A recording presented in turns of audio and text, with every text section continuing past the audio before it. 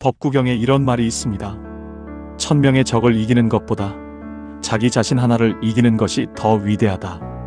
이 말을 처음 읽었을 때 저는 가슴이 먹먹해졌습니다. 우리가 평생 싸워온 적이 대체 누구였는지 그게 갑자기 보였기 때문입니다. 새벽에 혼자 눈물을 삼킨 날이 있었습니다. 서운해도 웃어넘긴 날이 있었습니다. 아프다는 말 한마디 못하고 밥을 차린 날이 있었습니다. 그 싸움에 이름이 없었습니다. 누가 알아주지도 않았습니다. 훈장도 없었습니다. 그런데 여러분, 지금 여기 계시지 않습니까? 그 모든 날을 버티고 이겨내고 여기까지 오셨습니다. 법구경이 말하는 가장 위대한 승리자가 바로 여러분입니다. 오늘은 그 사실을 알고 그 사실 위에서 매일 아침을 새롭게 시작하는 분들의 이야기를 들려드리겠습니다. 세상 사람들은 팔자 좋다는 말을 쉽게 씁니다. 돈 많은 사람 보면서, 자식 잘 된 사람 보면서, 아프지 않은 사람 보면서. 그런데 정말 그럴까요? 주변을 한번 돌아보십시오. 돈이 아무리 많아도 잠 못 자는 사람이 있고, 자식이 성공했어도 마음이 텅 빈 사람이 있습니다. 반면 넉넉하지 않아도 매일 아침 눈을 뜨는 것이 기쁜 사람이 있고, 작은 것에서 진짜 행복을 찾는 사람이 있습니다. 보건복지부 노인실태조사에서 흥미로운 결과가 나왔습니다. 노년기 삶의 만족도는 소득 수준보다 일상의 자율성, 즉 내가 원하는 대로 하루를 보낼 수 있느냐와 훨씬 더 강하게 연결되어 있었습니다. 같은 수입이라도 하루를 스스로 설계하는 사람과 누군가의 일정에 끌려가는 사람의 행복감은 전혀 달랐습니다. 그리고 미국 스탠퍼드 대학교 장수연구센터의 조사에서도 75세 이상 어르신 중 스스로 행복하다고 응답한 분들의 공통점은 재산 규모가 아니라 하루하루를 주체적으로 선택하는 습관이었습니다. 오늘 저는 여러분께 70을 넘긴 분들 중에서 진짜 상팔자로 사는 사람들의 8가지 특징을 하나씩 들려드리려 합니다. 첫 번째, 상팔자는 비교를 끄는 사람입니다. 강원도 춘천에 사는 78배 윤복순 어르신은 한때 동창 모임에 나가는 것이 두려웠습니다. 누군가는 아파트가 몇 채라 하고 누군가는 큰아들이 어느 회사 임원이라 했습니다. 누군가는 유럽 여행을 다녀왔다 하고 누군가는 손주 재롱이 어떻다고 사진을 꺼내 보였습니다. 그 자리에서 복순 어르신은 말수가 없었습니다. 웃는 척했지만 마음속에선 자꾸 숫자를 세고 있었습니다. 집이 몇 채, 자식이 어느 직급, 손주가 몇 명. 그 숫자들이 자꾸 자신과 비교됐습니다. 집에 돌아오는 버스 안에서 혼자 창밖을 바라보며 이런 생각을 했습니다. 나는 뭔가? 나는 왜 저것도 없고 이것도 없지? 그 생각이 집에 돌아와서도 밥을 먹으면서도 잠자리에 누워서도 따라왔습니다. 잠이 오지 않는 밤이면 천장을 보며 그 숫자들을 다시 셌습니다. 그리고 다시 비교하고 다시 작아졌습니다. 그러다 어느 날 모임에서 가장 잘 나가 보이던 친구가 펑펑 울었습니다. 아들이 사업에 실패해서 집이 넘어갔다고요. 화려해 보이던 그 친구의 눈물을 보면서 복순 어르신은 생각했습니다. 나는 저 친구 집이 몇 채인지 보고 부러워했는데 정작 저 친구는 지금 이 자리에서 무너지고 있구나. 겉모습이 전부가 아니었습니다. 숫자 뒤에는 사람이 있고 그 사람에게는 저마다의 사정이 있었습니다. 그날 이후 복순 어르신은 동창 모임에서 남의 이야기를 듣는 방식이 달라졌습니다. 숫자를 세지 않게 됐습니다. 그냥 저 사람의 표정이 밝은가, 저 사람이 오늘 밥을 맛있게 먹고 있는가, 그것만 보게 됐습니다. 그랬더니 신기하게도 집에 돌아오는 길이 가벼워졌습니다. 버스 창밖이 다르게 보였습니다. 전에는 안 보이던 들판도 보이고 노을도 보였습니다. 한국노인복지학회의 연구에서 노년기 우울의 가장 강력한 예측 변수 중 하나가 사회적 비교였습니다. 옆집과 비교하고 친구와 비교하고 자식끼리 비교하면 할수록 삶의 만족도는 낮아졌습니다. 반면 비교를 끊고 자신의 기준으로 오늘을 평가하는 어르신들은 같은 경제 상황에서도 훨씬 높은 행복감을 보고했습니다. 여러분도 이런 순간 있으셨습니까? 누군가의 이야기를 듣고 집에 돌아와 내 삶이 갑자기 초라해 보이는 느낌. 그 느낌은 현실이 바뀐 것이 아닙니다. 비교라는 렌즈가 현실을 왜곡한 것입니다. 잣대가 바뀌면 세상이 바뀝니다. 비교를 끊는 순간 내 삶이 원래 가진 색깔이 보이기 시작합니다. 복순 어르신은 요즘 모임에서 가장 많이 웃는 사람이 됐습니다. 그날 이후 그분의 귀갓길은 달라졌습니다. 두 번째, 상팔자는 자식에게 기대를 내려놓은 사람입니다. 이것이 제일 어렵습니다. 평생 자식을 위해 살아온 분들에게 이 말은 서운하게 들릴 수도 있습니다. 그러나 잘 들어보십시오. 충청남도 논산에 사는 73살의 김말순 어르신은 두 아들이 있습니다.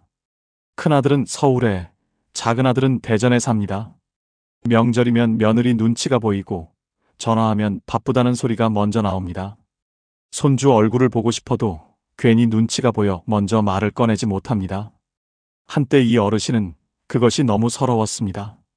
내가 이 아이들을 어떻게 키웠는데 밤새 눈물을 흘린 적이 한두 번이 아니었습니다. 전화기를 들었다 놨다. 문자를 썼다 지웠다 했습니다. 보고 싶다고 쓰다가 괜히 부담 줄까봐 지웠고 언제 오냐고 썼다가 재촉하는 것 같아 또 지웠습니다. 그 시간이 얼마나 길었는지 모릅니다. 그러던 어느 봄날 오후 말순 어르신은 혼자 뒷산에 올랐습니다. 숨이 찼지만 끝까지 올라갔습니다. 정상에서 논산 들판을 내려다보면서 이런 생각이 들었다고 합니다. 저 들판은 내가 거두기를 기다리지 않는구나. 그냥 저 혼자 피고 저 혼자 지는구나. 봄꽃은 누가 봐주기를 기다리지 않습니다. 그냥 핍니다. 그 생각이 마음속 무언가를 풀어줬습니다. 집에 내려와서 큰아들에게 전화를 했습니다. 다른 것 없이 딱 한마디만 했습니다. 바쁘지? 밥은 잘 먹고 다니냐? 요구도 없고 원망도 없고 기대도 없는 그 한마디. 아들이 잠깐 말을 잃었다가 이렇게 말했다고 합니다. 엄마, 요즘 좋아 보인다. 기대를 내려놓은 어머니의 전화가 오히려 아들의 마음을 열었습니다. 통계청의 사회조사 결과를 보면 노년기에 자녀와의 관계에서 갈등을 경험하는 어르신의 비율이 적지 않습니다. 그리고 그 갈등의 원인 상당수가 기대와 현실의 차이에서 비롯됩니다. 반면 자녀에게 바라는 것을 줄이고 스스로 일상을 채워가는 어르신들은 오히려 자녀와의 관계가 더 따뜻하게 유지된다는 결과가 반복적으로 나타납니다. 역설입니다. 덜 기대할수록 더 받게 됩니다. 자식은 내가 심은 나무이지만 그 나무가 어느 방향으로 가지를 뻗을지는 내가 정할 수 없습니다. 그 가지가 나를 향해 오면 기쁘게 받고 다른 곳을 향하면 그 방향도 아름답다고 바라봐 줄 수 있을 때 그 어르신이 진짜 상팔자입니다. 혹시 요즘 자식 생각에 잠 못 이루시는 밤이 있으십니까? 그 마음이 크다는 것은 그만큼 사랑이 크다는 뜻입니다.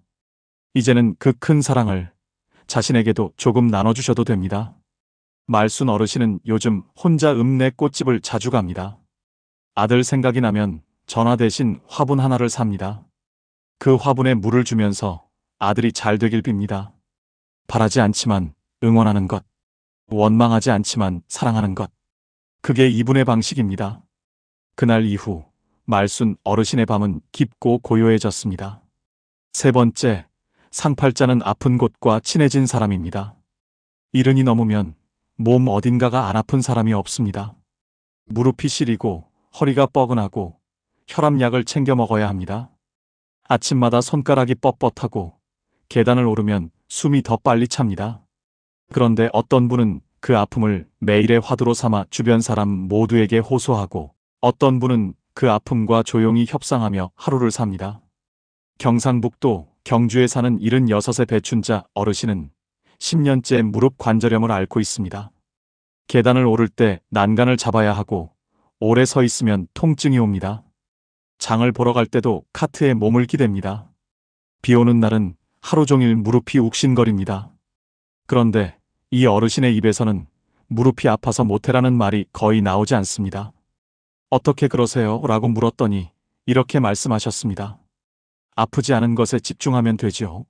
손은 멀쩡하고 귀는 잘 들리고 밥맛은 좋으니까요. 그 말이 얼마나 단순하면서도 깊은지 한참 생각했습니다. 이분의 하루는 아픈 무릎 이야기로 시작하지 않습니다. 오늘 아침 국이 맛있다는 이야기로 시작합니다. 아픔을 모른 척하는 것이 아닙니다. 아픔을 알면서도 그것이 하루 전체를 덮지 않도록 지키는 것입니다. 국민건강보험공단의 연구에서 만성 통증을 가진 노인 중에서도 삶의 질이 높게 유지되는 분들의 공통점이 바로 이것이었습니다. 아픔을 부정하지 않되 아픔이 하루의 주인이 되지 않도록 하는 것. 아프다고 말하는 것과 아픔에 지배당하는 것은 다릅니다. 어르신들이 가끔 하시는 말씀이 있습니다. 아프다고 안 아픈 게 아니다. 맞습니다. 그런데 여기에 한마디를 더 붙여드리고 싶습니다. 아프다고 하루가 멈추지는 않습니다. 춘자 어르신은 오늘도 난간을 잡고 계단을 오릅니다. 천천히 그러나 끝까지. 그리고 정상에서 숨을 한 번 크게 내쉽니다. 그 숨소리가 그분의 하루에서 가장 아름다운 순간입니다. 그날 이후 춘자 어르신의 표정에서 통증보다 의지가 먼저 보입니다. 네 번째, 상팔자는 혼자 있는 시간을 즐길 줄 아는 사람입니다. 혼자라는 말이 쓸쓸하게 들리십니까? 그런데 이것이 노후 행복의 핵심 비결 중 하나입니다. 전라남도 순천에 사는 72살의 오순덕 어르신은 남편이 세상을 떠난 지 3년이 됐습니다. 처음 1년은 정말 힘들었다고 합니다. 저녁 밥상이 가장 무서웠다고요. 혼자 앉아서 밥을 먹는 그 시간이 너무 고요해서 그 고요함이 칼처럼 찔렸다고 합니다. 숟가락 소리가 너무 크게 들렸습니다. 평생 들어온 남편의 기침 소리, 뉴스 소리, 숟가락 부딪히는 소리가 없어지니 밥상이 텅 빈 무대처럼 느껴졌습니다. 밥을 먹다가 울기도 했고 아예 먹지 않고 자리를 피한 날도 있었습니다. 그런데 지금 이 어르신은 저녁 밥상을 가장 좋아합니다. 혼자 먹고 싶은 것 해먹고 먹으면서 좋아하는 라디오를 듣습니다. 예전에는 남편 입맛에 맞춰 반찬을 했는데 이제는 자기가 먹고 싶은 것을 합니다. 어제는 오이 무침, 그저께는 된장찌개, 지난주에는 처음으로 혼자 외식을 했습니다. 순천 시내 작은 일식집에서 혼자 우동을 먹었습니다. 조금 어색했지만 그 우동이 살면서 먹어본 우동 중에 가장 맛있었다고 합니다. 왜냐고 물었더니 웃으면서 말씀하셨습니다. 누구 눈치도 안 보고 천천히 먹었거든요. 미국 국립노화연구소의 연구에 따르면 긍정적인 고독, 즉 자신이 선택한 혼자만의 시간을 규칙적으로 갖는 어르신들은 외로움으로 인한 우울 발생률이 현저히 낮고 자기 효능감은 오히려 높게 나타났습니다. 혼자 있는 것과 외로운 것은 다릅니다. 혼자 있어도 내 안이 풍성한 사람은 외롭지 않습니다. 반면 사람들 속에 있어도 내 안이 비어 있으면 외롭습니다. 여러분도 이런 경험 있으시지 않나요? 시끌벅적한 자리에 있는데도 왠지 모르게 더 쓸쓸한 느낌. 그것은 사람이 부족해서가 아닙니다. 나 자신과 친해지지 못했기 때문입니다. 나 자신과 친해지는 연습. 그것이 혼자 있는 시간을 즐기는 것입니다. 다산 정약용 선생은 유배지에서 홀로 지내는 긴 세월 동안 책을 쓰고 제자를 가르치고 꽃을 관찰했습니다. 가장 외로울 수 있었던 그 시간을 가장 풍요로운 시간으로 만들었습니다. 고독을 두려워하는 사람은 자기 자신이 두려운 것이라고 그분은 말했습니다. 순덕 어르신은 이제 저녁마다 혼자 일기를 씁니다. 거창한 것이 아닙니다. 오늘 먹은 것, 오늘 들은 새소리, 오늘 떠오른 생각 한 줄. 그 일기가 이분의 가장 소중한 친구가 됐습니다. 그날 이후 순덕 어르신의 저녁은 더 이상 무섭지 않습니다. 다섯 번째, 상팔자는 용서를 끝낸 사람입니다. 살아오면서 원망이 없는 사람이 어디 있겠습니까? 서운한 남편, 야속한 자식, 배신한 친구, 억울했던 세월. 그것들을 마음 한켠에 꼭꼭 눌러두고 살아온 분들이 많습니다. 꺼내면 아프니까 덮어뒀고 말하면 싸움이 되니까 참아왔습니다. 그런데 그 눌린 것들이 나이가 들수록 어디로 가는지 아십니까? 몸으로 갑니다. 자려 해도 잠이 안 오고 밥을 먹어도 소화가 안 되고 아무 이유 없이 눈물이 납니다. 경상남도 진주에 사는 79의 하점순 어르신은 30년 넘게 시어머니에게 받은 상처를 품고 살았습니다. 막내 며느리라는 이유로 가장 많이 일하고 가장 적게 인정받았습니다. 명절이면 새벽부터 일어나 부엌에 서 있었고 시어머니는 그 옆에서 큰 며느리 칭찬만 했습니다. 그 장면이 수십 년이 지나도 지워지지 않았습니다. 시어머니는 일찍 돌아가셨는데 그분에 대한 원망은 살아서 남아 있었습니다. 점순 어르신이 그 원망을 놓은 것은 어느 겨울 새벽이었습니다. 잠이 오지 않아 혼자 부엌에 앉아 있었는데 문득 이런 생각이 들었다고 합니다. 저분도 그 시절에는 어쩔 수 없었겠다. 저분도 그렇게 배웠겠다. 저분도 누군가에게 그렇게 당했겠다. 그 생각이 드는 순간 갑자기 눈물이 쏟아졌습니다. 그 눈물이 멈출 줄 몰랐다고 합니다. 원망의 눈물이 아니었습니다. 무언가가 풀리는 눈물이었습니다. 한참을 울고 나서 이분은 말했습니다. 그 눈물을 다 흘리고 나서야 진짜 가벼워졌어요. 용서는 상대를 위한 것이 아닙니다. 나를 위한 것입니다. 그 무거운 것을 더 이상 내가 들고 다니지 않겠다는 선언입니다. 서울대학교 심리학과 연구에서도 용서가 노년기 심리적 안정감과 신체 건강 모두에 긍정적인 영향을 미친다는 결과가 확인됐습니다. 분노와 원망을 오래 품을수록 혈압이 높아지고 면역 기능이 떨어진다는 것은 이미 여러 연구에서 반복적으로 확인된 사실입니다. 용서는 약해서 하는 것이 아닙니다. 강해서 하는 것입니다. 평생 버텨온 사람만이 할 수 있는 가장 용감한 선택입니다. 혹시 지금 마음속에 아직 내려놓지 못한 원망이 있으십니까? 그것이 무엇인지 생각해 보세요. 그리고 조용히 물어보세요. 그 짐을 나는 언제까지 들고 갈 것인가? 점순 어르신은 그 새벽 이후 처음으로 아침에 눈을 뜨면서 가슴이 가볍다는 것을 느꼈습니다. 그날 이후 이분의 수면이 달라졌습니다. 6번째, 상팔자는 작은 것에서 낙을 찾는 사람입니다. 충청북도 제천에 사는 71살의 송미자 어르신은 베란다에서 상추를 키웁니다. 화분 3개의 상추, 쪽파, 방울토마토를 심어놨습니다. 매일 아침 물을 주면서 이파리 하나씩 들여다봅니다.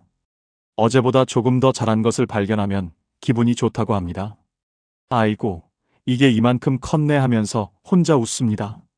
별것 아닌 그 웃음이 이분의 하루를 시작하게 만드는 연료입니다. 그 상추를 뜯어 저녁에 삼겹살 한 점과 함께 쌈을 싸먹을 때 이분이 느끼는 행복은 어떤 고급 식당에서도 살 수 없는 것입니다.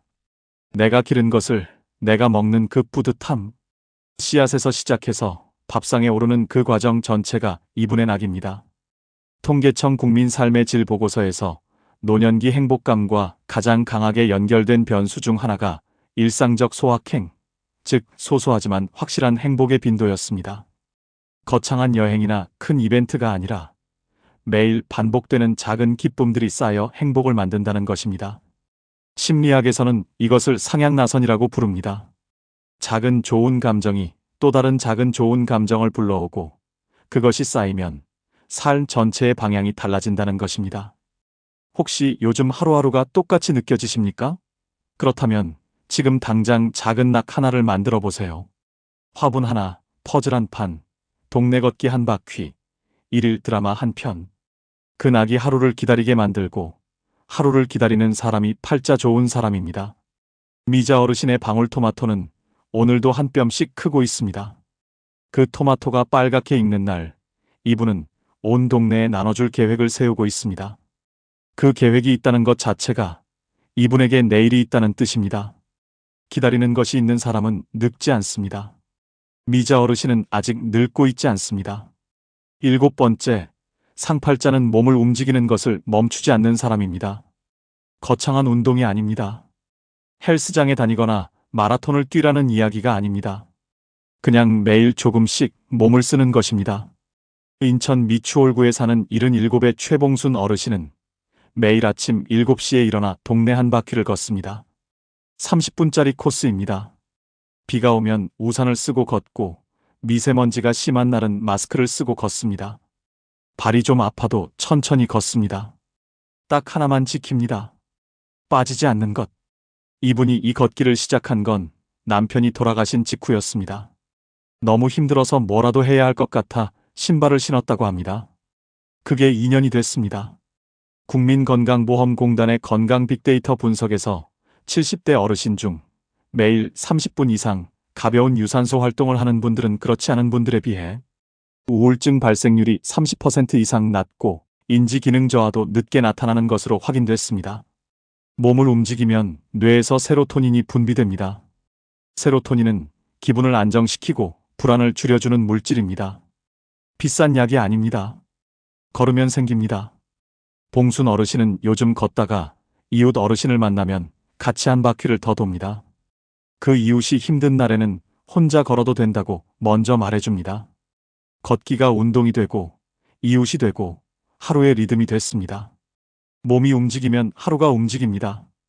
하루가 움직이면 마음도 움직입니다. 그날 이후 봉순 어르신의 아침은 가장 바쁘고 가장 즐거운 시간이 됐습니다. 8번째, 가장 중요한 상팔자의 비밀은 나를 소중히 여기는 것입니다. 이것이 전부입니다. 앞에 7가지가 모두 이것으로 귀결됩니다. 비교를 끊는 것도, 기대를 내려놓는 것도, 아픔과 친해지는 것도, 혼자를 즐기는 것도, 용서를 끝내는 것도, 작은 낙을 찾는 것도, 몸을 움직이는 것도 모두 나 자신을 소중히 여기는 마음에서 출발합니다. 나를 소중히 여기지 않으면 아무것도 지속되지 않습니다. 강원도 원주에 사는 74살의 박영숙 어르신은 매주 목요일 오후에 미용실에 갑니다. 아주 화려하게 하는 것이 아닙니다. 그냥 머리를 단정하게 손질하는 것입니다. 그런데 이 목요일 미용실이 이분에게는 일주일 중 가장 기다려지는 시간이라고 합니다. 미용사 언니와 이야기도 나누고 모처럼 거울 앞에 앉아 나 자신을 오래 바라보는 시간이라고요. 평소에는 거울을 잘 안 본다고 합니다. 무언가를 확인하려는 것도 아니고 그냥 거울 속에 있는 나와 잠깐 마주 앉는 것이 좋다고요. 거울 속에서 내 눈을 보면 나한테 미안할 때가 있어요. 이렇게 살아줘서 고마워 하는 마음이 들기도 하고요. 그 말을 듣고 저는 한참 동안 아무 말도 할 수 없었습니다. 우리는 평생 타인을 위해 살았습니다. 부모님을 위해, 남편을 위해, 자식을 위해, 회사를 위해, 이웃을 위해. 나 자신을 위한 시간은 항상 마지막이었습니다. 아니, 마지막에도 없었던 경우가 더 많았습니다.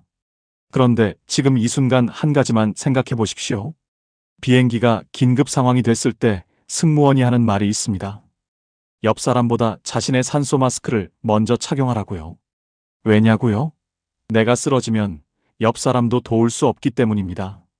내가 먼저 운전해야 남도 도울 수 있습니다. 나를 소중히 여기는 것은 이기적인 것이 아닙니다. 가장 현명한 사랑의 방식입니다. 이화여자대학교 이화사회과 학원의 연구에서도 자기 존중감이 높은 어르신들은 가족관계, 사회적 관계, 신체 건강 모두에서 더 나은 결과를 보였습니다. 나를 아끼는 사람이 남도 아낄 수 있고 나를 사랑하는 사람이 남도 사랑할 수 있습니다.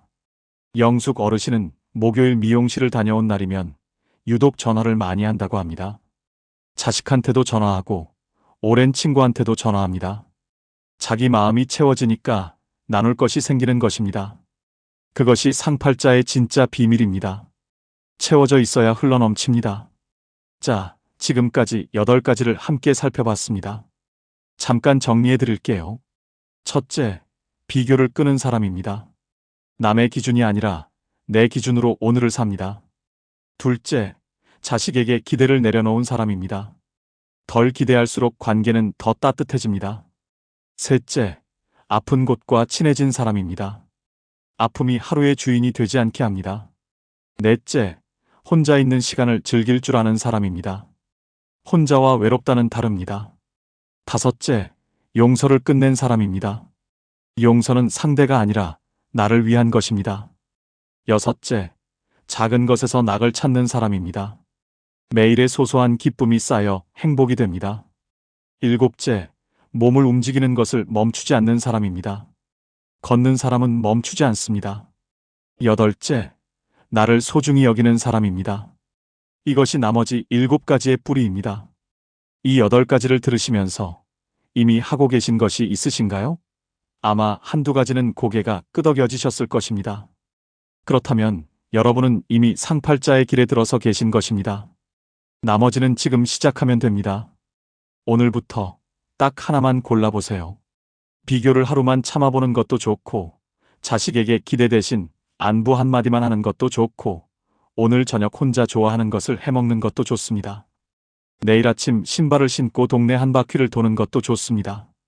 그 하나가 내일의 하나와 합쳐지고 일주일이 지나면 습관이 됩니다.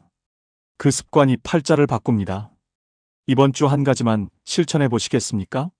베란다에 화분 하나를 놓아보는 것도 좋고, 목요일 오후를 나만을 위한 시간으로 정해두는 것도 좋습니다. 작고 사소한 것 하나. 그것이 시작입니다. 이 영상을 끝까지 보고 계신 여러분께 말씀드리고 싶습니다. 여러분은 이미 긴 세월을 살아오셨습니다. 쉽지 않은 시절을 버텨오셨습니다. 가족을 위해 자신을 수없이 뒤로 미루셨습니다. 아침 일찍 일어나 밥을 차리고, 늦게까지 일하고, 아픈 것도 참고, 힘든 것도 말 못하고 그렇게 사셨습니다.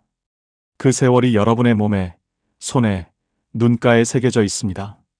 이제는 그 새김들이 훈장이 되어야 할 때입니다. 더 이상 누군가의 허락을 기다리지 않아도 됩니다. 오늘 좋아하는 것 한 가지를 하는데 이유가 필요하지 않습니다. 그냥 하면 됩니다. 그것이 상팔자입니다. 비싼 것이 아닙니다. 멀리 있는 것이 아닙니다. 지금 이 순간 내가 나를 선택하는 것. 그것이 70 넘어 가장 복된 삶의 시작입니다. 거울 속의 나에게 오늘 이렇게 말해 주십시오. 잘 살아줘서 고마워. 충분히 잘해왔어. 이제는 내 차례야. 그 말 한마디가 오늘 하루를 바꾸고 오늘 하루가 내일을 바꿉니다. 여러분이 바로 그 상팔자입니다. 오늘부터 댓글로 여러분의 이야기를 들려주세요. 8가지 중에서 가장 마음에 닿은 것이 어떤 것이었는지, 혹은 여러분이 요즘 하루하루에서 찾는 작은 낙이 있으시다면 함께 나눠주세요. 혹은 나를 소중히 여기기 위해 오늘 당장 해보고 싶은 것이 하나라도 떠오르셨다면 그 한 줄도 환영합니다.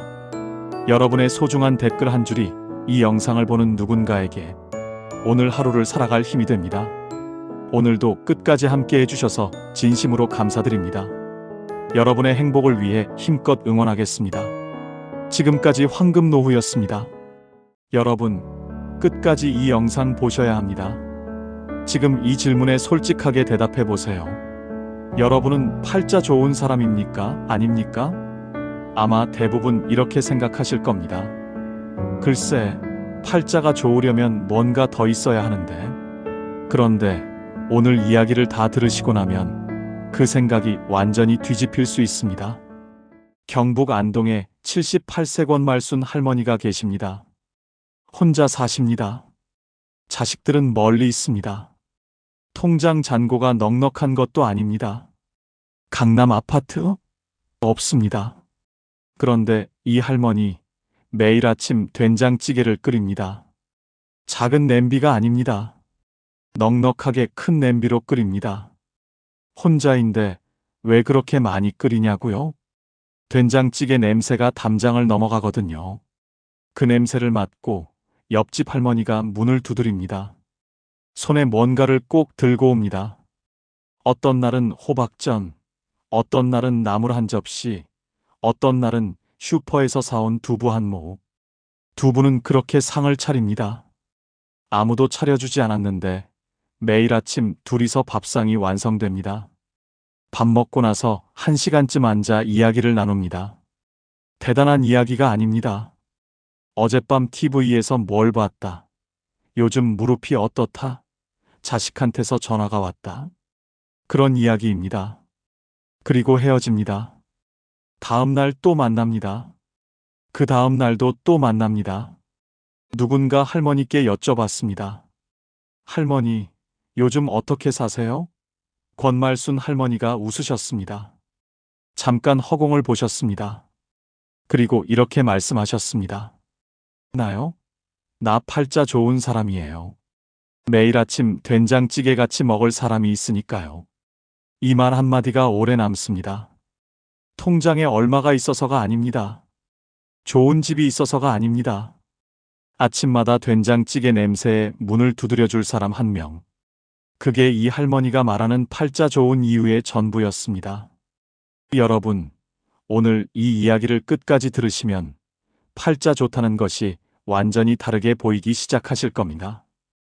혹시 평생 팔자 좋은 사람을 먼 곳에서 부러워하며 사셨다면 오늘 이 이야기가 끝날 즈음에는 어쩌면 내가 이미 그 사람이었다는 것을 알게 되실지 모릅니다. 지금 어디서 듣고 계신지 댓글로 알려주세요. 구독과 좋아요도 눌러주시고요. 오늘도 끝까지 함께 하겠습니다. 먼저 한 가지 질문을 드리겠습니다. 당신은 팔자 좋은 사람 하면 어떤 사람이 떠오르시나요? 아마 많은 분들이 이런 그림을 떠올리실 겁니다. 돈이 많은 사람, 자식이 잘 된 사람, 몸이 건강한 사람, 넓은 집에 사는 사람. 그런데 오늘 이 이야기를 다 들으시고 나면 그 기준이 완전히 바뀌실 겁니다. 2025년 보건복지부 노인 복지 실태 조사에서 흥미로운 결과가 나왔습니다. 65세 이상 어르신 중 스스로 행복하다고 응답한 분들의 공통점을 분석했더니 자산 규모나 자녀의 성공 여부보다 훨씬 강하게 행복과 연결된 요소가 따로 있었습니다. 하루에 한 번 이상 누군가와 대화하는 것, 매일 기다리는 것이 한 가지 이상 있는 것, 자신이 누군가에게 필요한 존재라고 느끼는 것. 이 세 가지가 돈보다, 건강보다, 자식보다 더 강하게 행복을 결정했습니다.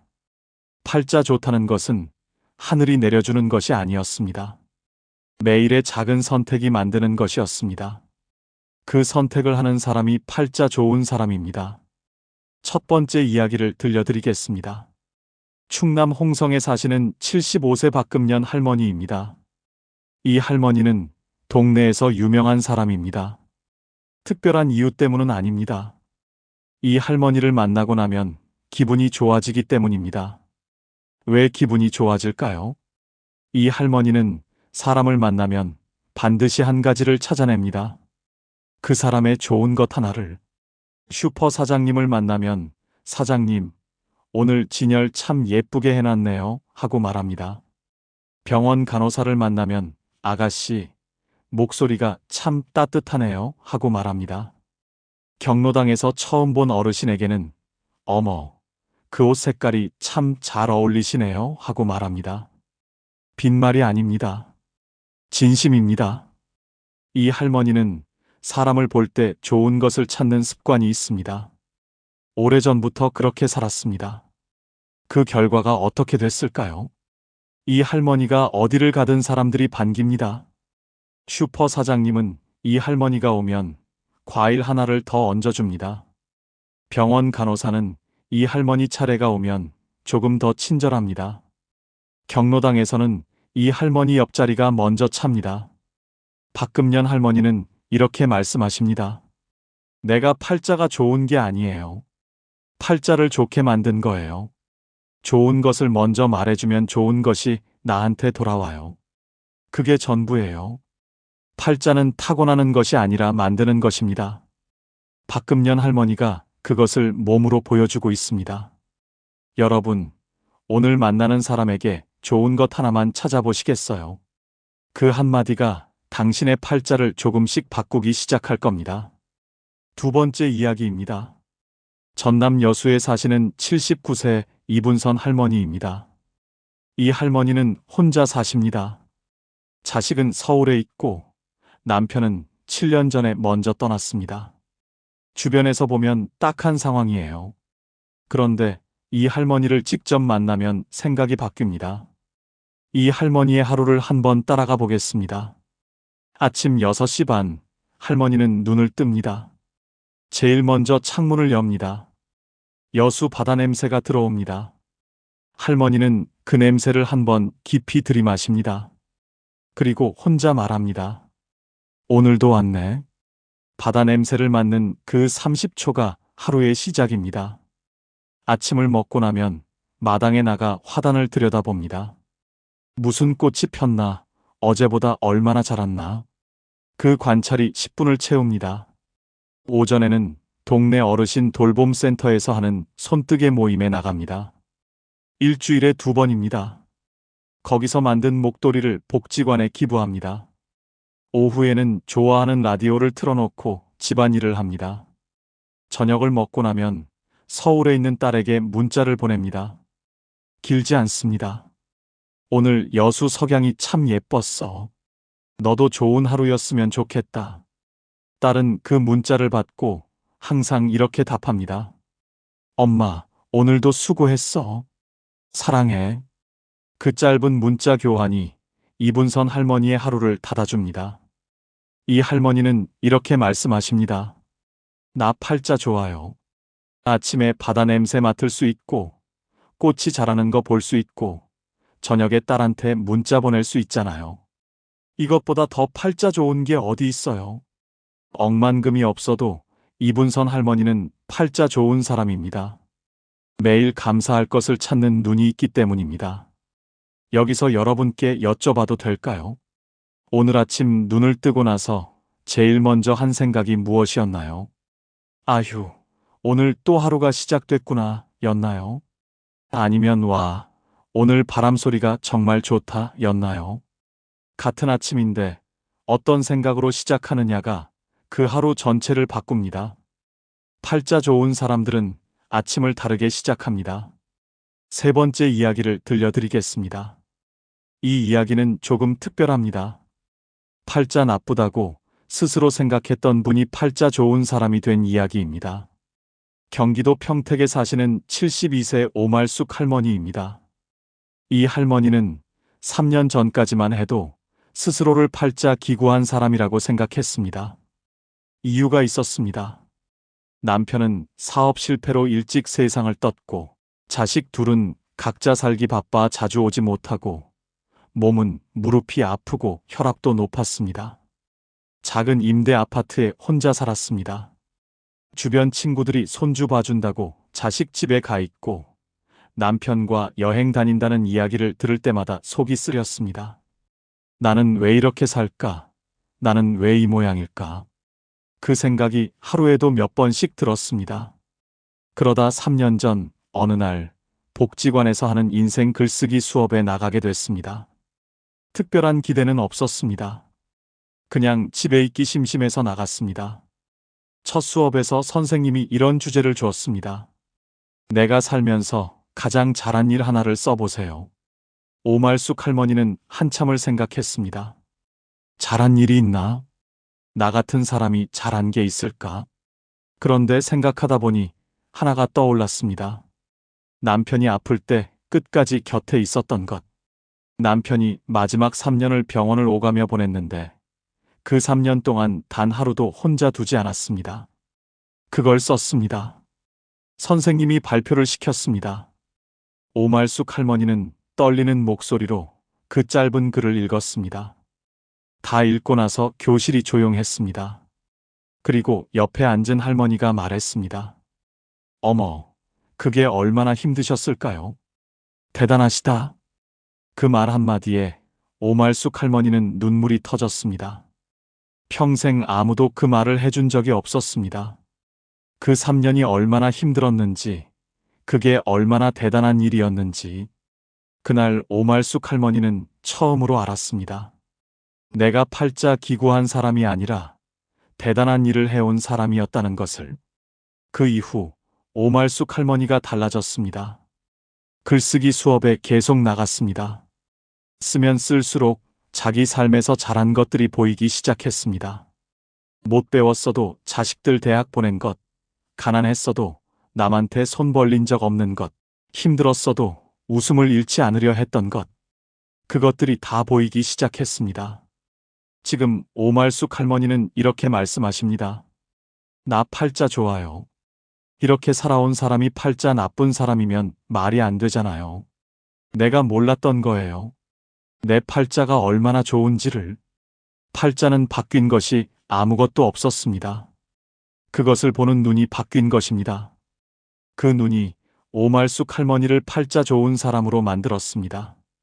다산 정약용 선생은 강진 유배지에서 제자들에게 이런 말씀을 하셨습니다. 자신의 삶을 낮게 보는 자는 반드시 남의 삶을 높게 보고 자신의 삶을 바르게 보는 자는 어디서든 족함을 안다. 남의 팔자가 좋아 보이는 것은 내 삶을 낮게 보고 있기 때문입니다. 내 삶을 바르게 보면 이미 충분히 좋은 팔자라는 것을 알게 됩니다. 오말숙 할머니가 바로 그것을 발견한 겁니다. 18년의 유배 생활 내내 정약용 선생은 자신의 처지를 한탄하지 않았습니다. 대신 유배지에서도 할 수 있는 것, 가진 것, 의미 있는 것을 찾았습니다. 그 눈이 500권이 넘는 책을 쓰게 했습니다. 같은 처지에서 한탄하는 사람과 족함을 찾는 사람의 결과는 완전히 달라집니다. 이제 네 번째 이야기입니다. 팔자 좋은 사람들이 절대 하지 않는 것에 대한 이야기입니다. 서울 마포구에 사시는 74세 김복순 할머니와 같은 아파트에 사시는 76세 정순덕 할머니 두 분의 이야기입니다. 이 두 분은 같은 아파트 같은 동에 삽니다.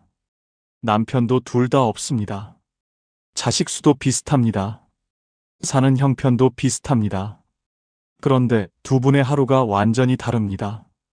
김복순 할머니는 아침에 일어나면 뉴스를 봅니다. 나라가 어떻게 됐나, 물가는 또 올랐나, 날씨는 추워지나. 뉴스를 보고 나면 기분이 안 좋아집니다. 그 다음에는 핸드폰을 봅니다. 단톡방에 누가 뭔가를 올렸습니다. 누구네 자식이 어디 취직했다. 누가 어디 여행 갔다 왔다. 그것을 보면 또 기분이 안 좋아집니다. 그 기분으로 하루를 시작합니다. 정순덕 할머니는 다릅니다. 아침에 일어나면 창문을 먼저 엽니다. 오늘 날씨를 느낍니다. 따뜻하면 따뜻하다. 추우면 이불 한 번 더 당겨 덮어줄 수 있어서 다행이다 합니다. 아침을 먹고 나면 어제 사다 둔 귤을 하나 깝니다. 귤 껍질 냄새를 맡으면서 오늘 뭘 할지 한 가지만 생각합니다. 오늘은 우체국에 가야지. 오늘은 그 집 앞 목련이 얼마나 피었나 보러 가야지. 그 하나가 오늘의 방향이 됩니다. 두 분 다 똑같이 하루 24시간을 삽니다. 그런데 김복순 할머니의 하루는 무겁고 정순덕 할머니의 하루는 가볍습니다. 차이가 어디서 났을까요? 하루를 시작하는 첫 10분이 달랐습니다. 무엇으로 하루를 여느냐가 그 하루 전체의 색깔을 결정했습니다. 정순덕 할머니는 이렇게 말씀하십니다. 나는 아침에 나쁜 것을 먼저 보지 않아요. 좋은 것을 먼저 보려고 해요. 그러면 하루가 달라요. 팔자가 따로 있는 게 아니에요. 아침을 어떻게 여느냐가 팔자예요. 아침 10분이 팔자를 만듭니다. 여러분, 잠깐 여쭤봐도 될까요? 오늘 아침 일어나서 제일 먼저 하신 것이 무엇이었나요? 핸드폰을 먼저 보셨나요? 창문을 먼저 여셨나요? 내일 아침 딱 하나만 바꿔보시겠어요? 핸드폰보다 창문을 먼저 열어보세요. 그 순서 하나가 하루를 바꿉니다. 이제 다섯 번째 이야기입니다. 이 이야기는 조금 더 깊습니다. 팔자 좋은 사람들이 나이 들수록 더 팔자가 좋아지는 이유에 대한 이야기입니다. 강원도 춘천에 사시는 80세이신 말레 할머니입니다. 이 할머니는 동네 사람들이 모두 아는 분입니다. 80이 넘으셨는데 이 동네에서 제일 바쁜 어르신이기 때문입니다. 어떻게 바쁘냐고요? 이 할머니는 주 2회 복지관에서 하는 치매 예방 프로그램에 나갑니다. 나가서 본인이 프로그램을 받는 것뿐만 아니라 처음 온 어르신들에게 어떻게 하는지 옆에서 도와줍니다. 그리고 한 달에 한 번 독거노인 가정을 방문해서 말벗을 해드립니다. 자신도 혼자 사는 분인데 더 혼자인 분들을 챙깁니다. 신말레 할머니한테 물었습니다. 할머니, 피곤하지 않으세요? 80이 넘으셨는데. 그분이 웃으면서 대답했습니다. 피곤한 것보다 가지 않을 때 더 힘들어요. 집에 있으면 내 걱정만 하게 돼요. 나가면 남 걱정을 하게 되는데 남 걱정이 훨씬 가볍거든요. 남 걱정이 내 걱정보다 가볍다. 그 말이 정확합니다. 내 걱정은 해결책이 잘 안 보이지만 남 걱정은 내가 뭔가를 해줄 수 있습니다. 뭔가를 해줄 수 있을 때 사람은 살아있음을 느낍니다. 신말레 할머니는 80이 넘어서도 살아있음을 느끼고 있습니다. 그게 이 할머니의 팔자입니다. 2025년 보건복지부 연구에서도 이것이 숫자로 확인됩니다. 70세 이상 어르신 중 자원봉사나 이웃, 돌봄 활동에 참여하는 분들의 주관적 행복도가 그렇지 않은 분들보다 평균 41% 높았습니다. 주는 것이 받는 것보다 행복하다는 것이 통계로도 증명됐습니다. 팔자 좋은 사람들은 나이 들수록 더 줍니다. 더 주니까 더 받습니다. 더 받으니까 팔자가 더 좋아집니다. 그 선순환이 신말레 할머니의 팔자를 만들고 있습니다. 쇼펜하우어는 이런 말을 남겼습니다. 우리가 행복하지 못한 것은 가진 것이 적어서가 아니라 가진 것을 충분히 나누지 않아서다. 나눌 때 비로소 우리는 자신이 얼마나 풍요로운지 깨닫는다. 신말레 할머니가 바로 이것을 살고 있습니다. 나눌 때 자신이 풍요롭다는 것을 느끼는 것. 그것이 8순이 넘은 할머니를 이 동네에서 제일 바쁜 사람으로 만든 이유입니다. 당신도 지금 나눌 수 있는 것이 있습니다. 돈이 아니어도 됩니다. 시간, 말 한마디, 미소 하나. 그것들이 이미 충분한 나눔입니다. 6번째 이야기를 들려드리겠습니다. 이 이야기는 많은 분들이 공감하실 겁니다. 자식 문제입니다. 팔자 좋은 어르신들은 자식을 대하는 방식이 다릅니다. 경남 진주에 사시는 77세 최봉순 할머니와 같은 동네 78세 윤말자 할머니 두 분의 이야기입니다. 두 분 다 자식이 셋입니다. 그런데 두 분의 자식 이야기가 완전히 다릅니다. 윤말자 할머니는 자식 이야기만 나오면 한숨이 먼저 납니다. 큰애는 바빠서 전화도 잘 안 하고, 작은애는 살림이 빡빡해서 용돈도 못 주고, 막내는 명절에 와도 금방 가버린다는 겁니다. 자식들이 기대에 못 미칩니다. 그 아쉬움이 항상 마음 한쪽에 있습니다. 최봉순 할머니는 다릅니다. 이분도 자식 셋이 똑같이 바쁩니다. 그런데 이 할머니는 자식 이야기를 이렇게 합니다. 우리 큰애가 요즘 얼마나 바쁜지 알아요? 그래도 어떻게든 전화를 해요. 기특해요. 작은애가 살림이 빠듯한데도 명절에 뭐라도 사들고 와요. 마음이 갸륵해요. 막내가 금방 가도 왔다 갔다는 게 어딘데요. 바쁜 거 알면서. 같은 상황인데 해석이 완전히 다릅니다. 윤말자 할머니는 자식이 한 것에서 못한 것만 봅니다. 최봉순 할머니는 자식이 한 것에서 잘한 것만 봅니다. 그 차이가 두 분의 하루를 완전히 다르게 만듭니다. 최봉순 할머니는 자식 이야기를 하면 얼굴이 환해집니다. 윤말자 할머니는 자식 이야기를 하면 얼굴이 흐려집니다. 최봉순 할머니는 이렇게 말씀하십니다. 자식한테 기대가 크면 실망도 커요. 나는 자식한테 기대를 낮췄더니 고마운 게 많이 보여요. 그러니까 자식이 고맙고 자식도 나한테 더 잘하더라고요. 신기하죠? 기대를 낮추면 감사가 보입니다. 감사가 보이면 관계가 좋아집니다. 관계가 좋아지면 실제로 더 잘해줍니다. 팔자는 이렇게 만들어집니다. 7번째 이야기입니다. 이것이 오늘 이야기에서 가장 핵심입니다. 팔자 좋은 사람들의 가장 강력한 공통점 하나를 말씀드리겠습니다. 전북 익산에 사시는 73세 황정희 할머니 이야기입니다. 이 할머니는 혼자 사십니다. 연금은 한 달에 65만 원입니다. 많지 않습니다. 그런데 이 할머니는 매달 5만 원을 꼭 씁니다. 어디에 쓸까요? 자신을 위해 씁니다. 구체적으로는 이렇습니다. 한 달에 한 번 읍내 미용실에서 머리를 합니다. 펌어는 못하지만 세팅 정도는 합니다. 그리고 그날 좋아하는 칼국수 집에서 점심을 먹습니다. 그게 한 달에 한 번의 자기 사치입니다. 처음에는 이게 사치인가 싶었다고 합니다. 연금 65만 원에서 5만 원이면 꽤 큰 돈이니까요. 그런데 이날이 있으니까 나머지 29일을 버틸 수 있다는 것을 알게 됐습니다. 미용실 가는 날이 기다려집니다.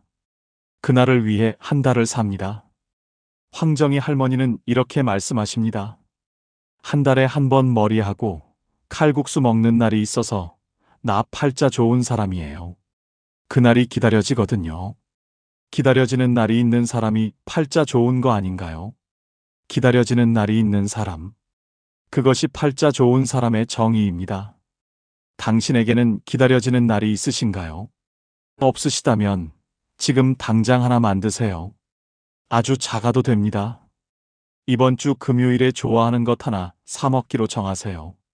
그 하나가 이번 주를 기다리게 만들 겁니다. 이제 아주 특별한 이야기를 들려드리겠습니다. 이 이야기는 제가 가장 오랫동안 기억에 남는 이야기입니다. 경북 포항에 사시는 82세 문옥순 할머니 이야기입니다. 이 할머니는 60세 때 뇌경색이 왔습니다. 다행히 큰 후유증은 없었지만 의사가 말했습니다. 할머니, 남은 생이 얼마 안 됩니다. 조심하세요. 그 말을 들은 날 문옥순 할머니는 집에 돌아와서 종이 한 장을 꺼냈습니다. 그리고 제목을 하나 썼습니다.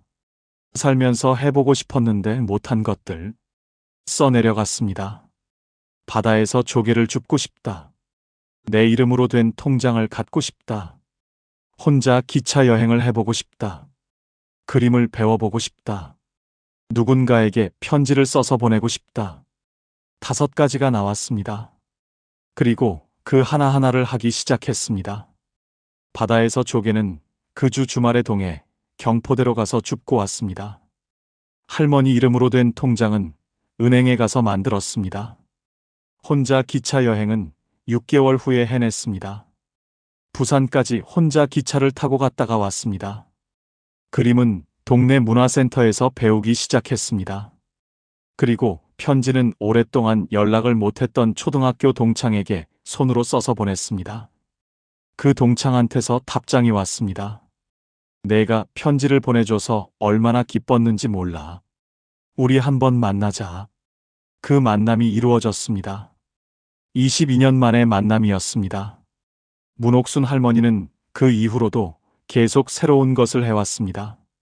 남은 생이 얼마 없다는 말을 들은 지 22년이 지났습니다. 지금 82세입니다. 의사가 조심하라고 했던 그 몸으로 22년을 더 살았습니다. 그리고 그 22년이 생에서 가장 팔자 좋은 시간이었다고 하십니다. 문옥순 할머니는 이렇게 말씀하십니다. 의사가 남은 생이 얼마 없다고 했을 때 나는 무서웠어요. 그런데 지나고 보니 그 말이 나를 살게 한 말이었어요. 그 말 덕분에 하고 싶은 것을 미루지 않았으니까요. 지금도 하고 싶은 것이 있으면 미루지 않아요. 오늘 할 수 있으면 오늘 해요. 그게 팔자 좋은 비결이에요. 오늘 할 수 있으면 오늘 한다. 그것이 82세 문옥순 할머니의 팔자 좋은 비결입니다. 여러분, 지금 하고 싶은데 미루고 있는 것이 있으신가요? 언제 하려고 미루고 있으신가요? 오늘 못할 이유가 있나요? 오늘 하세요. 지금 하세요. 잠깐 여기서 한 번 더 여쭤볼게요. 살면서 해보고 싶었는데 아직 못한 것이 하나라도 있으신가요? 그것이 아무리 작아도 됩니다. 그것을 지금 마음속으로 하나 떠올려 보세요. 이 이야기가 끝나고 나서 그것을 종이에 써보시겠어요? 쓰면 시작됩니다. 쓰지 않으면 계속 생각만 하다 끝납니다. 이제 팔자 좋은 사람들의 공통점을 정확하게 정리해 드리겠습니다. 오늘 이야기에서 만난 분들, 권말순 할머니, 박금년 할머니, 이분선 할머니, 오말숙 할머니, 정순덕 할머니, 신말레 할머니, 최봉순 할머니, 황정혜 할머니, 문옥순 할머니. 이분들의 공통점을 찾아보면 딱 5가지로 정리됩니다. 첫째, 좋은 것을 먼저 보는 눈이 있습니다. 같은 상황에서 나쁜 것보다 좋은 것을 먼저 찾습니다. 박금년 할머니처럼 만나는 사람에게서 좋은 점을 찾고 최봉순 할머니처럼 자식이 한 것에서 고마운 것을 봅니다. 이 눈은 타고나는 것이 아닙니다. 훈련입니다. 매일 연습하면 누구나 가질 수 있습니다. 둘째, 기다리는 것이 있습니다. 황정희 할머니의 한 달에 한 번 미용실 가는 날처럼 이분선 할머니의 저녁 바다 석양처럼 기다리는 것이 하나라도 있습니다. 크지 않아도 됩니다. 내일이 기다려지게 만드는 것 하나. 그것이 오늘을 살게 합니다. 셋째, 나누는 것이 있습니다. 신말레 할머니처럼 줄 것이 있는 사람은 받을 것도 생깁니다. 돈이 아니어도 됩니다. 시간, 말 한마디, 함께 밥 먹기. 그 작은 나눔이 자신을 풍요롭게 만듭니다. 넷째, 과거보다 오늘을 삽니다. 문옥순 할머니처럼 오늘 할 수 있는 것을 오늘 합니다. 과거의 억울함, 지나간 아쉬움에 발이 묶여 있지 않습니다. 지나간 것은 지나간 것입니다. 오늘이 남아 있습니다. 다섯째, 자신을 위한 시간이 있습니다. 오말숙 할머니가 글쓰기 수업에서 자신의 삶을 다시 본 것처럼, 이분선 할머니가 아침마다 바다 냄새를 맡는 것처럼 자신을 위한 시간이 하루에 단 10분이라도 있습니다. 그 시간이 자신이 소중한 사람이라는 것을 느끼게 해줍니다. 이 5가지를 보시면서 어떤 생각이 드세요? 나는 하나도 해당이 안 된다고 느끼세요? 아니면 이건 나도 하고 있는데 하는 것이 하나라도 있으세요? 하나라도 있다면 당신은 이미 팔자 좋은 사람입니다. 하나도 없다면 지금부터 하나씩 시작하면 됩니다. 마지막 이야기를 드리겠습니다. 가장 눈물 나는 이야기입니다. 대전 서구에 사시는 84세 조문숙 할머니 이야기입니다. 이 할머니는 평생 팔자 기구하다는 소리를 들었습니다. 남편이 일찍 세상을 떠나셨고 자식 셋을 혼자 키웠고 고생이 많았습니다. 주변에서 다들 그렇게 말했습니다. 문숙이 팔자 참 기구하다. 조문숙 할머니도 그렇게 생각했습니다. 그런데 80세 생일날 자식 셋이 모였습니다. 큰딸이 케이크에 촛불을 꽂았습니다.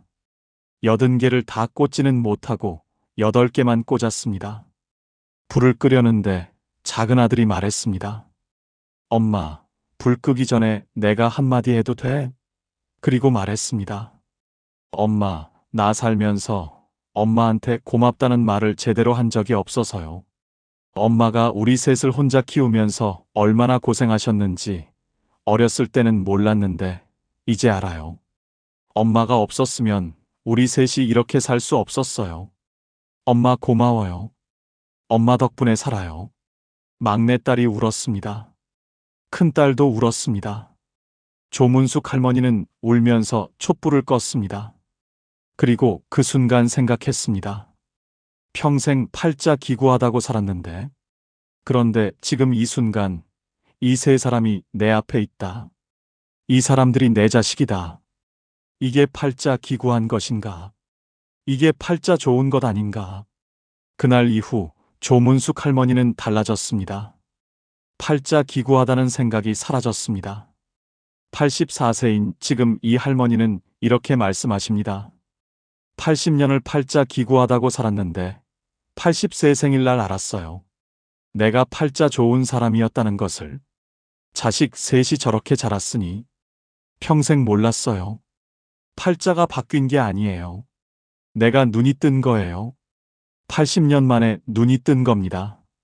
여러분도 부디 오늘 눈을 뜨시길 바랍니다. 80년을 기다리지 마시고 오늘 뜨시길 바랍니다. 당신의 팔자가 얼마나 좋은지를 오늘 아시길 바랍니다. 이야기를 마무리하겠습니다. 오늘 처음에 드린 질문으로 돌아가겠습니다. 팔자 좋은 사람이 어떤 사람인지 이제 아시겠나요? 강남 아파트 있는 사람이 아니었습니다. 자식이 대기업 다니는 사람이 아니었습니다. 된장찌개 나눌 사람이 있는 사람이었습니다. 좋은 것을 먼저 보는 눈이 있는 사람이었습니다. 기다리는 날이 하나 있는 사람이었습니다. 나눌 것이 있는 사람이었습니다. 오늘을 사는 사람이었습니다. 그리고 자신의 삶이 얼마나 소중한지 아는 사람이었습니다. 오늘 이 이야기를 들으신 여러분, 한 가지만 여쭤보겠습니다. 지금 이 순간 당신 옆에 있는 것들을 한번 보세요. 따뜻한 방이 있나요? 마실 물이 있나요? 이 이야기를 들을 수 있는 귀가 있나요? 그렇다면 당신은 이미 팔자 좋은 사람입니다. 오늘 밤 잠자리에 들기 전에 딱 하나만 하세요. 오늘 팔자 좋았던 것 하나를 떠올려 보세요. 아주 작아도 됩니다. 오늘 밥이 맛있었다. 오늘 햇살이 따뜻했다. 오늘 좋아하는 사람 목소리를 들었다. 그 하나를 떠올리면서 눈을 감으세요. 그 작은 것 하나가 내일 아침을 다르게 열어줄 겁니다. 팔자는 하늘이 내려주는 것이 아닙니다. 매일 아침 어떻게 눈을 뜨느냐가 만드는 것입니다. 여러분도 지금 그 길 위에 있습니다. 오늘도 살아있고 오늘도 걸을 수 있고 오늘도 누군가를 생각할 수 있는 당신은 이미 충분히 상팔자입니다. 이 영상 혼자 보기 아까우시죠? 우리 부모님께 꼭 보여드리세요. 친구분들 단톡방에 공유해주세요. 누군가의 오늘을 바꿀 수 있습니다. 그리고 댓글로 들려주세요. 오늘 이 이야기 중에서 가장 마음에 닿은 장면이 어디였는지요? 매일 아침 된장찌개 냄비를 넉넉하게 끓이는 권말순 할머니였는지, 80세 생일 촛불 앞에서 처음으로 깨달으신 조문숙 할머니였는지, 아니면 한 달에 한 번 미용실 가는 날을 손꼽아 기다리는 황정희 할머니였는지요. 여러분의 그 한마디가 지금 비슷한 상황에서 혼자 버티고 계신 다른 분들께 큰 힘이 됩니다. 오늘도 끝까지 함께 해주셔서 진심으로 감사드립니다. 지금까지 황금노후였습니다. 노후에 얼마가 있어야 충분할까요? 이 질문을 한 번이라도 해보신 분들, 아마 이 영상을 보고 계신 분들 대부분이실 겁니다. 노후 자금 얼마가 필요하다는 기사를 읽으면 가슴이 철렁하고 친구 모임에서 누가 부동산 이야기라도 꺼내면 왠지 모르게 불편해집니다. 새벽에 잠이 깨면 머릿속에서 자꾸 숫자 계산이 시작됩니다. 통장에 얼마가 남았고 한 달에 얼마가 나가고 이 돈이 몇 년을 버텨줄까? 그 계산이 끝나지 않은 채 날이 밝습니다. 아침을 먹으면서도 산책을 하면서도 텔레비전을 보면서도 그 불안은 배경처럼 깔려 있습니다. 조금만 더 있으면 괜찮을 텐데, 조금만 더 있으면 마음이 편할 텐데. 그런데 이상하게도 그 조금이 채워져도 마음은 쉽게 편해지지 않습니다. 왜일까요? 노후 자금 10억이 있어도 불안한 사람이 있고 월 100만 원으로 평온하게 사는 사람이 있습니다. 그 차이는 돈이 아닙니다. 오늘 이 이야기는 돈을 더 모으는 법이 아닙니다. 지금 가진 돈으로 더 잘 사는 법입니다. 그리고 더 나아가 돈이 결코 만들어줄 수 없는 것들이 70 이후의 삶에서 얼마나 중요한지에 대한 이야기입니다.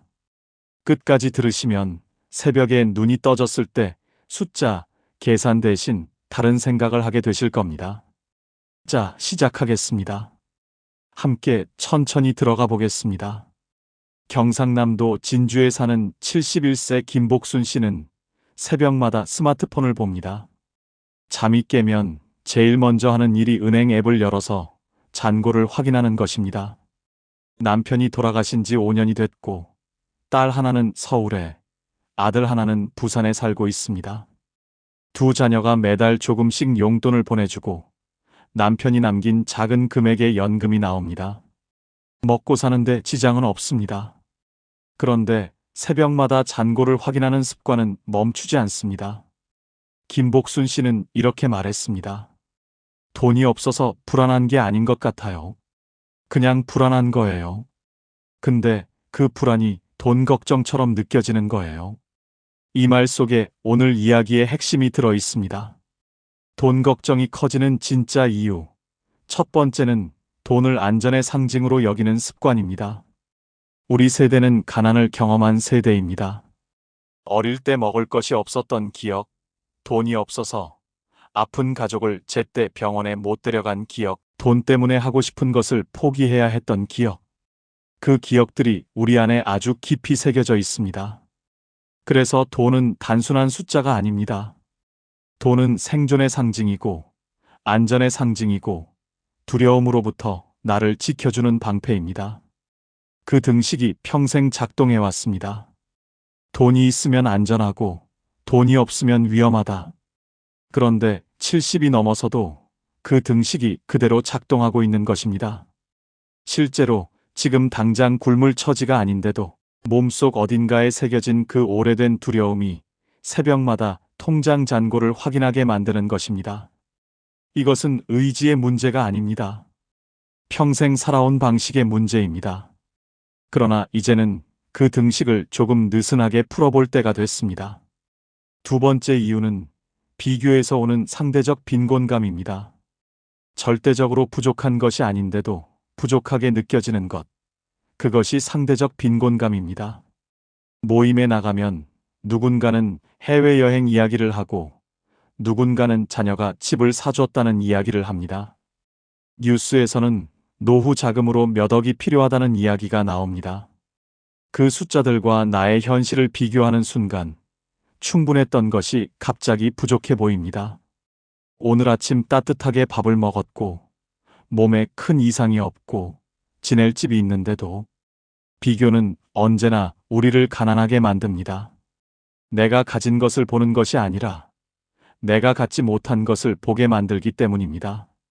그리고 그 비교는 70이 넘어서도 멈추지 않습니다. 오히려 더 예민해지기도 합니다. 세 번째 이유는 미래에 대한 통제 욕구입니다. 앞으로 얼마나 더 살지 모르니까라는 말. 이 말 속에는 불확실성에 대한 두려움이 담겨 있습니다. 인간은 원래 통제할 수 없는 것을 두려워합니다. 언제 아플지, 얼마나 더 살지, 어떤 일이 생길지, 이 모든 것이 불확실합니다. 그래서 그나마 숫자로 확인할 수 있는 통장 잔고에 집착하게 됩니다. 돈이 많으면 그 불확실성을 조금이라도 통제할 수 있을 것 같은 느낌이 들기 때문입니다. 하지만 돈은 미래를 통제해주지 않습니다. 돈은 선택지를 늘려줄 뿐입니다. 그리고 진짜 불안, 즉 언젠가는 죽는다는 사실, 언제 아플지 모른다는 사실은 아무리 많은 돈이 있어도 사라지지 않습니다. 그 진실을 받아들이는 것이 돈 걱정으로부터 자유로워지는 첫걸음입니다. 네 번째 이유는 돈이 없으면 사랑받지 못할 것 같다는 두려움입니다. 이것은 많은 분들이 의식하지 못하는 감정입니다. 하지만 자식에게 짐이 될까봐 걱정하는 마음, 용돈을 받을 때 자존심이 상하는 느낌, 손자에게 용돈을 못 줄 때 느끼는 미안함. 이 모든 감정의 뿌리에는 돈 없는 나는 사랑받을 자격이 없는 것 아닐까라는 두려움이 있습니다. 그리고 이것은 우리 세대가 살아온 방식과 깊이 연결되어 있습니다. 주는 것이 사랑이고 베푸는 것이 존재의 증명이었던 시대를 살아왔기 때문입니다. 그런데 이제 더 이상 주기 어려운 나이가 됐을 때 그 역할이 흔들리면서 불안이 커지는 것입니다. 하지만 생각해 보세요. 자식이 여러분을 사랑하는 것은 여러분의 통장 잔고 때문이 아닙니다. 여러분이 여러분이기 때문입니다. 그 사실을 믿는 연습이 필요합니다. 자, 이 네 가지를 하나로 묶으면 이렇게 됩니다. 70 이후 돈 걱정의 본질은 돈이 부족해서가 아니라 돈 없이는 괜찮을 수 없다는 믿음 때문입니다. 그 믿음을 조금씩 바꾸는 것. 그것이 오늘 이야기가 향하는 방향입니다. 그렇다면 돈이 만들어줄 수 없는 것들, 그러나 70 이후의 삶을 진짜로 풍요롭게 만들어주는 것들은 무엇일까요? 지금부터가 오늘 이야기의 핵심입니다. 돈으로 살 수 없는 것 첫 번째, 아침에 일어나고 싶은 이유입니다. 돈이 아무리 많아도 아침에 눈을 뜨는 것이 무겁다면 그 삶은 풍요롭지 않습니다. 반대로 통장에 많지 않아도 오늘 하루 기다리는 것이 있다면 그 사람의 하루는 충분합니다. 기다리는 것이 거창할 필요는 없습니다. 매주 화요일 오전에 같이 걷는 친구, 손자가 다음 주에 온다는 사실, 지금 읽고 있는 소설의 다음 장, 저녁에 보기로 한 드라마 한 편. 이런 작고 소박한 기다림이 아침을 열어줍니다. 루틴이 있는 사람은 돈이 많지 않아도 하루를 살아갑니다. 루틴이 없는 사람은 돈이 많아도 아침이 무겁습니다. 70 이후의 삶에서 가장 먼저 만들어야 할 것은 통장 잔고가 아니라 오늘 하루를 살고 싶게 만드는 작은 이유들입니다. 그 이유들이 쌓이면 삶이 됩니다. 돈으로 살 수 없는 것 두 번째, 나를 있는 그대로 봐주는 한 사람입니다. 돈이 많고 집이 넓어도 아무도 없는 저녁은 춥습니다. 반대로 작은 방 하나에 살아도 진심으로 내 이야기를 들어주는 사람이 한 명 있다면 그 삶은 따뜻합니다. 70 이후의 관계는 숫자가 아니라 깊이입니다. 연락처에 사람이 아무리 많아도 진짜로 전화할 수 있는 사람이 없다면 그것은 외로움입니다. 돈이 있으면 편의를 살 수 있습니다. 맛있는 것을 먹고 좋은 곳에 다닐 수 있습니다. 하지만 새벽에 가슴이 먹먹할 때 전화할 수 있는 사람은 돈이 만들어주지 않습니다. 그것은 평소에 쌓아온 관계가 만들어줍니다. 지금 내 주변에 그런 사람이 한 명이라도 있다면 그것은 어떤 통장 잔고보다 귀한 자산입니다. 충청북도 청주에 사는 76세 오정숙 씨는 남편과 둘이 삽니다. 남편은 3년 전 뇌경색으로 쓰러진 후 반신이 불편합니다. 오정숙 씨가 돌봄을 전담하고 있습니다. 노후 자금이 넉넉하지 않고 딸이 보내주는 작은 돈과 국가지원금으로 생활합니다. 누가 봐도 넉넉하지 않은 처지입니다. 그런데 오정숙 씨는 이렇게 말합니다. 남편이 아침에 눈을 떴을 때 나를 보고 웃어요. 그 웃음이 나한테는 전부예요. 돈 걱정이 없냐면 거짓말이지만 그 웃음 때문에 오늘도 살아요. 이 한마디가 돈으로 살 수 없는 것의 정체를 정확히 보여줍니다. 그 웃음은 돈이 만들어준 것이 아닙니다. 40년 넘게 함께 살아온 세월이 만들어준 것입니다. 돈으로 살 수 없는 것 세 번째, 몸이 허락하는 오늘 하루입니다. 돈으로 좋은 병원에 갈 수 있고 좋은 약을 먹을 수 있습니다. 그것은 사실입니다.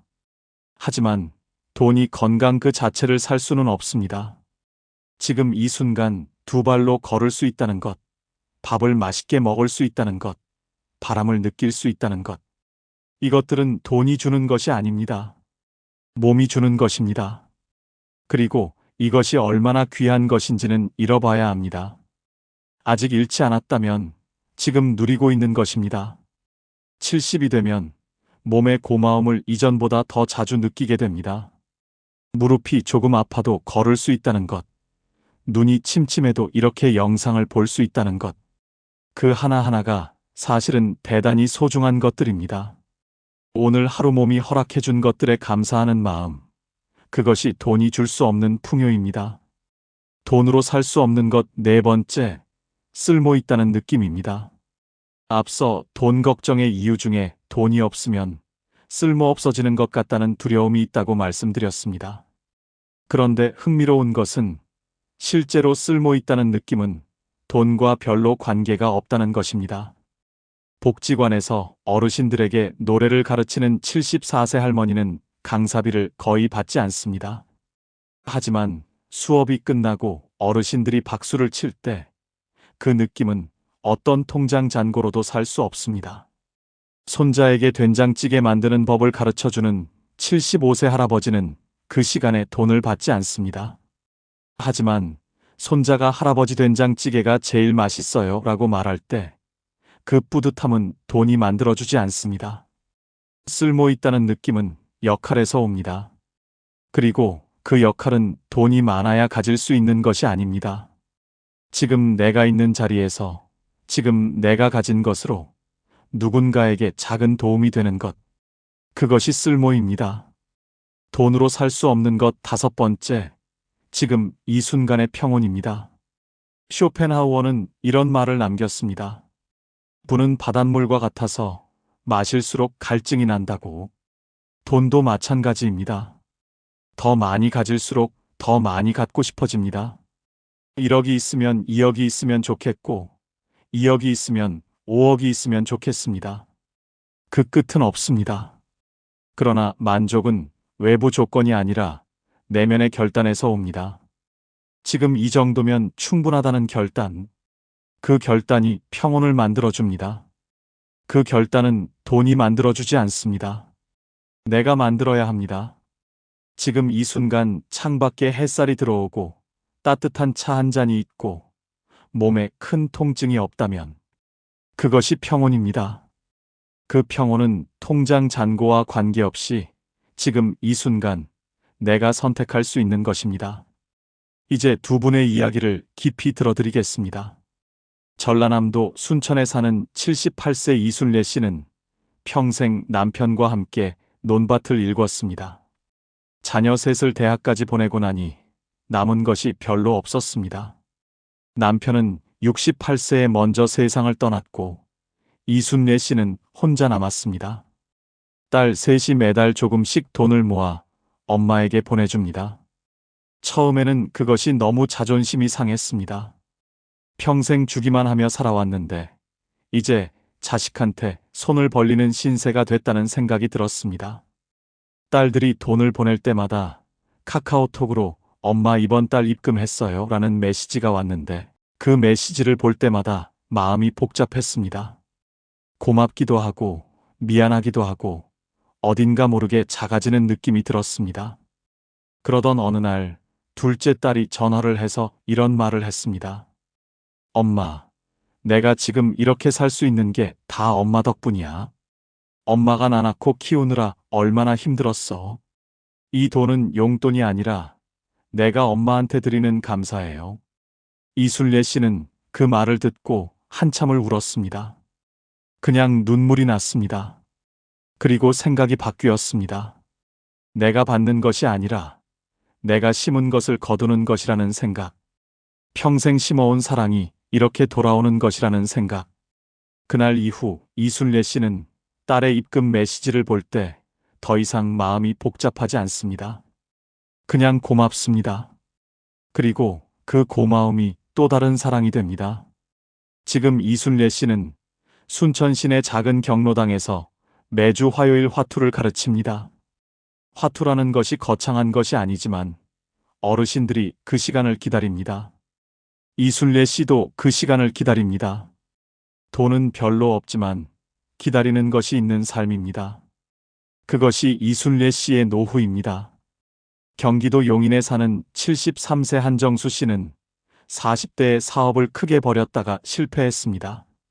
은행 빚을 다 갚고 나니 50대 중반이었고 그때부터 다시 시작하려 했지만 몸이 받쳐주지 않았습니다. 퇴직금도 없었고 국민연금도 얼마 되지 않았습니다. 아내가 마트 계산원으로 일하면서 생계를 유지했고 한정수 씨는 그 사실이 너무 부끄러워서 한동안 집에서만 지냈습니다. 자식들 얼굴 보기도 창피했습니다. 사업에 성공한 친구들 이야기가 들려올 때마다 가슴이 무너졌습니다.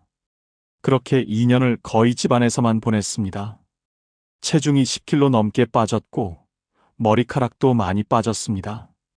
아내가 걱정이 돼서 당신 이러다가 정말 쓰러지겠어. 어디든 나가봐라고 말했습니다. 마지못해 나간 곳이 동네 경로당이었습니다. 처음에는 그냥 시간을 때우려고 들어갔습니다. 그런데 거기서 한정수 씨를 바꾼 사건이 생겼습니다. 경로당 어르신 중에 바둑을 배우고 싶어 하는 분들이 있었는데 한정수 씨가 젊을 때 바둑을 꽤 잘 두었거든요. 어르신들이 당신이 좀 가르쳐줘요라고 부탁을 해왔습니다. 처음에는 손사래를 쳤습니다. 그런데 한 번만 봐달라는 말에 못 이겨 앉았는데 어르신들이 배우는 눈빛이 너무 진지했습니다. 수업이 끝나고 정수 씨 덕분에 오늘 진짜 재밌었어요 라는 말을 들었을 때 한정수 씨는 오랜만에 어깨가 펴지는 느낌이 들었습니다. 그 다음 주에 또 나갔습니다. 그 다음 주에도 나갔습니다. 한정수 씨는 이렇게 말합니다. 내가 가진 게 없다고 생각했어요. 돈도 없고 직함도 없고 내세울 것도 없다고. 그런데 바둑 하나로 사람들이 나를 기다려요. 그게 얼마나 큰 건지 몰랐어요. 지금 한정수 씨는 일주일에 3번 경로당에 나갑니다. 국민연금이 적고 아내가 아직도 일을 하고 있습니다. 노후 자금은 여전히 부족합니다. 그러나 한정수 씨의 눈빛은 2년 전과 완전히 다릅니다.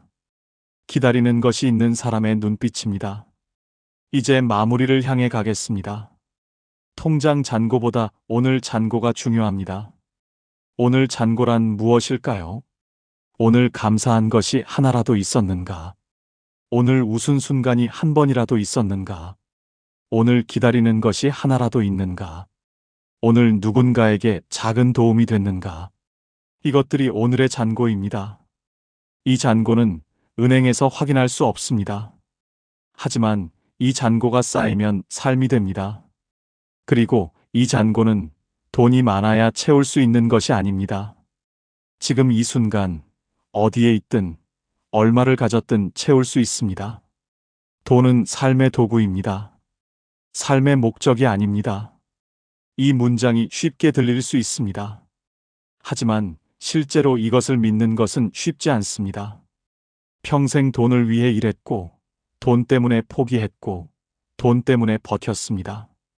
그 삶에서 돈은 언제나 중심이었습니다. 그 습관이 하루아침에 바뀌지 않습니다. 하지만 조금씩 바꿀 수 있습니다.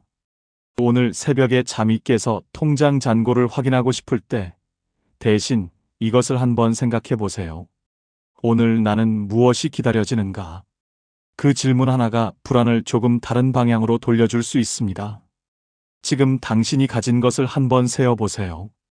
통장 잔고 말고 진짜로 가진 것들을. 오늘 아침 먹은 따뜻한 밥, 지금 앉아있는 자리, 창문으로 들어오는 빛, 이 영상을 볼 수 있는 눈과 들을 수 있는 귀, 당신을 생각하는 사람이 세상 어딘가에 있다는 사실. 이것들은 돈이 만들어준 것이 아닙니다. 그러나 이것들이 없다면 어떤 돈도 의미가 없습니다. 당신은 지금 이 순간 생각보다 훨씬 많은 것을 가지고 있습니다. 단지 그것들이 통장에 찍히지 않을 뿐입니다. 그리고 지금 이 질문을 드립니다. 오늘 돈 없이도 좋았던 순간이 있었습니까? 아침 햇살이 따뜻하게 느껴진 순간, 누군가와 나눈 짧은 대화가 기분 좋았던 순간, 오랜만에 먹은 음식이 맛있었던 순간, 별 이유 없이 마음이 잠깐 가벼워진 순간. 그런 순간이 오늘 하루에 하나라도 있었다면 오늘은 풍요로운 하루입니다. 그것이 보이기 시작하면 삶이 조금씩 달라집니다. 불안이 완전히 사라지지는 않습니다. 하지만 불안보다 감사가 조금 더 커지는 날들이 늘어납니다. 그날들이 모이면 노후가 됩니다. 돈이 만들어주는 노후가 아니라 내가 만들어가는 노후. 당신의 노후는 통장이 아니라 당신의 하루가 만들어갑니다. 이 말을 오늘 하루 한 번만 기억해 주세요. 내일 아침 눈이 떠지면 통장 앱 대신 오늘 기다리는 것 하나를 먼저 떠올려 보세요. 아주 작은 것이어도 됩니다. 오늘 점심에 먹을 것, 오후에 걷기로 한 공원, 저녁에 볼 드라마 한 편. 그 작은 기다림이 하루를 열어줍니다. 그 하루들이 쌓이면 당신의 황금 노후가 됩니다. 이제는 애쓰지 않아도 됩니다. 더 많이 가지려 하지 않아도 됩니다. 지금 가진 것으로 충분히 오늘을 살 수 있습니다. 당신은 이미 충분히 잘 살아오셨습니다. 그리고 지금도 충분히 잘 살고 있습니다. 오늘도 이 영상을 끝까지 봐주셔서 감사합니다. 황금 노후는 여러분을 평생 응원하겠습니다. 감사합니다.